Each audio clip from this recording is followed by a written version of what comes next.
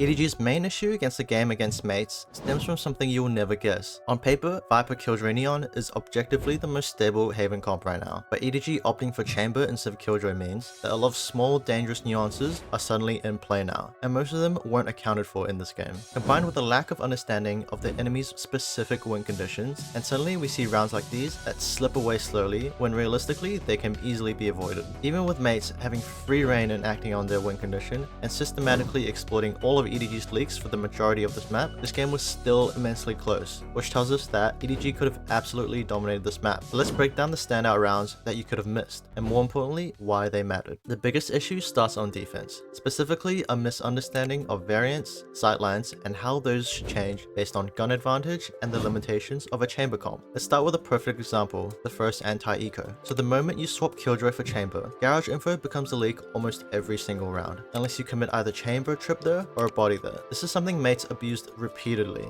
In this round, mates show early A pressure, so EDG forfeits garage, which immediately creates a problem. Now we see a heavy overlean towards A. Chamber, Sova, Neon, and the chamber trip are all committed there. With Killjoy comp, this is fine, as the standard theory is it allows you to hold A and C simultaneously at round start. But without her, all of that pressure shifts onto Shichu, who now has to watch both B and garage window alone. And this is the main issue of this entire defense, and the failure of recognizing the shift in win condition is what made EDG lose a lot of defense rounds. The first problem is once you understand the negatives of the comp, you have to assume that the chance of someone being in garage window is extremely high, which means every angle around garage needs to be cleared far more meticulously, especially when C has no active pressure. The second problem, and this is a big one, is by forfeiting the longer strips of road and the larger map space, EDG allows mates to force fights into these close proximity areas, and this completely flips the advantage. On anti-ecos, you want to fight in these long sightlines, because that's where attackers suffer from that higher variance with more angles to clear, and of course worse sightlines for their short range guns. But once EDG commits to these close range fights instead, the advantage instantly bends back towards mates. Now mates has low variance, only one single sightline to focus on, and the optimal range for their weapons. And that's exactly why Kangkang and Smoggy get punished here. As the game goes on, garage keeps getting punished again and again. Watching from EDG's perspective, you can even feel the anxiety. Chichu is almost never able to make any plays at all, and all the rotating members permanently are scared of garage, as it could have someone in it every single round. Here's another prime example. Once again, we see an overlean towards A. Now the overlean itself isn't wrong, only if you have the forward control. A 3-man commitment plus camera can potentially give you that, but EDG doesn't have that full control. They don't even have A info to begin with, so everything is committed onto the site itself, which means mates can hit anywhere else for free due to that poor resource allocation from EDG. So mates walks into B and gets a free plant. And here's the critical rule on Haven B retakes. You must retake from 3 angles. Without that, the garage lurk potential skyrockets, attackers can isolate a single small choke point, and EDG is forced to all fight through the single small choke point into this high variance map space. Because garage is given up every single round, Starzo walks in confidently, EDG loses confidence in even standing in garage or retaking it to begin with, and psychologically the chance of committing into a 3-angle retake drops sharply. Previously with Double Duelist, EDG wasn't afraid to double push garage, or hold and stand in these positions, these forward spaces for better retake setups. But now, there's constant mismatched resource distribution, combined with more passive agents, results in EDG giving up control across massive portions of the map. The most obvious fix is simple. Chamber needs to play around B or C nearly every round, or at least put the trip there, but that comes with a cost. It might limit Kangkang's ability to shine mechanically and find those first bloods. So an alternative approach is we emphasize close garage control, commit more bodies inside there, but the side that chamber plays must be limited to max 2 players. We just let chamber look for those timing kills and TP out, so we can play slightly more passive and retake oriented on that chamber side instead of defaulting into that flood playstyle that's likely ingrained in their mindset due to the current meta. On attack, the macro calling is mostly good, especially in the early rounds with insane reads from nobody and great manipulation of rotates. But this round shows that there are many small psychological factors that EDG and teams in general can pick up on to secure an advantage. So let's walk through it. From the minimap, we know that 3 players walk down C, including Neon and Yoru, and Chichu spots them. When Neon and Yoru spotted C seconds earlier, the chance of someone drop close A is nearly 0 given the rest of mates' agents, which means this drone is effectively wasted. Now comes the overlooked part, the psychology and long-term tendencies of servers on Haven. Most servers prefer ulting around A because the map structure makes kills easier, but if he's standing sight, how can he hear nobody's drone, and when would he know when to ult? EDG also controls mid, so if no one has dropped A long and the drone alone is heard, and we have mid control, there has to be a second guy short. He also won't ult if he's alone at 8 this late into the round, due to the timing threats from both long and short. On top of that, late round drone reclears like this, if he's holding alone, will leak timings on the other side. So if he were alone, droning like this wouldn't happen either. Now stack everything together, there's minimum 2 players A, one is almost confirmed short, mates is low on money, so close range play is even more likely. This information is all there for either nobody or Kung to recognize. Some people might say this is all hindsight, but all of these small psychological aspects are all things people can pick up on during the game to give themselves information and decision making advantages, whether it's macro or micro based. Finally, the micro issues. Mates is running double duelists, yet EDG repeatedly gives them solo contact opportunities without strong overall macro info. So we see mates punishing these solo A contacts, which against double duelists, these aggressive holds happen far more often than against breach or double smoke comps. Also this round, Chichu is contacting mid, but because we successfully took A, the risk of mid walk downs skyrockets, especially without Killjoy, as there's no turret to punish the forward aggression. And many of these rounds end the same way. First blood is lost, which puts EDG in a massive disadvantage. So if EDG can compensate for compositional leaks through positioning, place heavier emphasis on what attackers perceive as a weak area, in this case garage, or improve reactive play against the lurk potential there, the biggest defensive issue is already solved. On attack, the macro is mostly solid, but micro decision making need to better reflect the enemy win conditions, comp disadvantages, and understand predictable psychological reactions that they will do to abuse the above two factors. That's the key point, because this isn't a mechanics issue, as EDG's gunplay on Haven was not worse than mates at all. This is a theory and understanding gap, so I believe with these fixes, their Haven can be a real threat in the following games. If you found today's episode useful, don't forget to subscribe.